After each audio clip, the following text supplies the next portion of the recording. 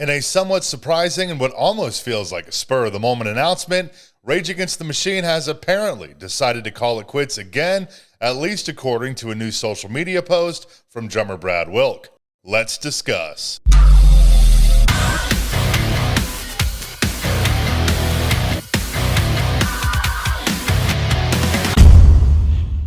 Earlier today, January 3rd, Rage Against the Machine drummer Brad Wilk made the following post on social media. I know a lot of people are waiting for us to announce new tour dates for all the canceled Rage Against the Machine shows.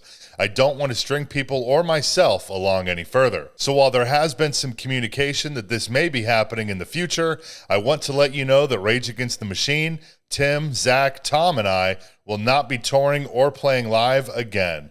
I'm sorry for those of you who have been waiting for this to happen.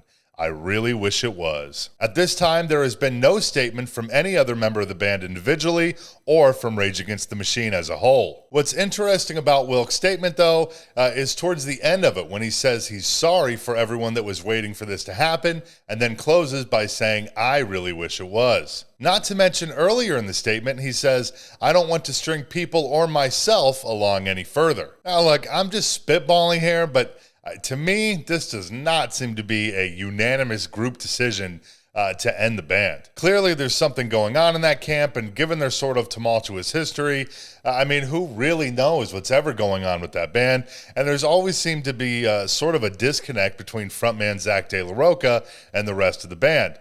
Look at Audioslave, for example.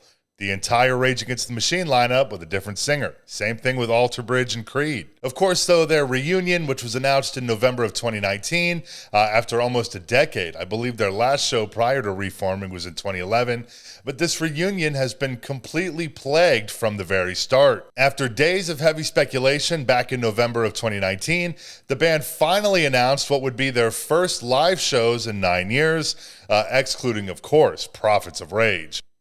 The shows were set to take place in March of 2020, which is, of course, exactly when COVID took over the world, totally preventing any chance of live performances. By July 2022, the band did finally return to the road, but of course, famously, during the second show of the tour in Chicago, De La Rocha suffered an Achilles tear on stage. He was able to finish that leg, no pun intended, of the run, with another set of dates rescheduled for 2023, but those would ultimately wind up being canceled due to De La Rocha's injury, and the band has pretty much been silent ever since. This new announcement of them calling it quits again comes just a couple of months following the band's induction into the Rock and Roll Hall of Fame back in November of last year, with guitarist Tom Morello being the only member present to accept the award. Although I guess when you think about it, this announcement of them calling it quits really isn't all that shocking when you consider some of the things that Morello said during his acceptance speech, including, Rage is not here, but you are, and if you're bummed out you didn't get to see Rage Against the Machine,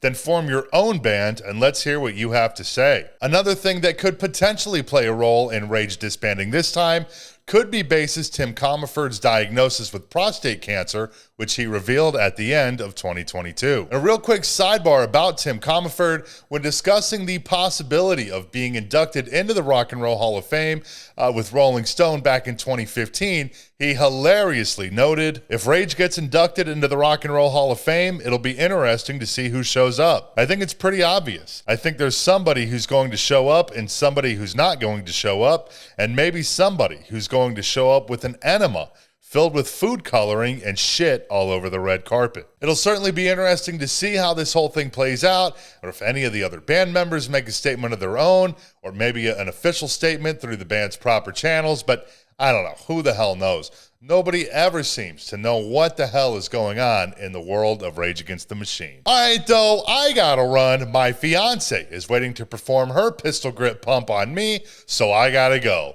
But thanks so much for watching. Feel free to subscribe if you want to see more, and I will see you next time.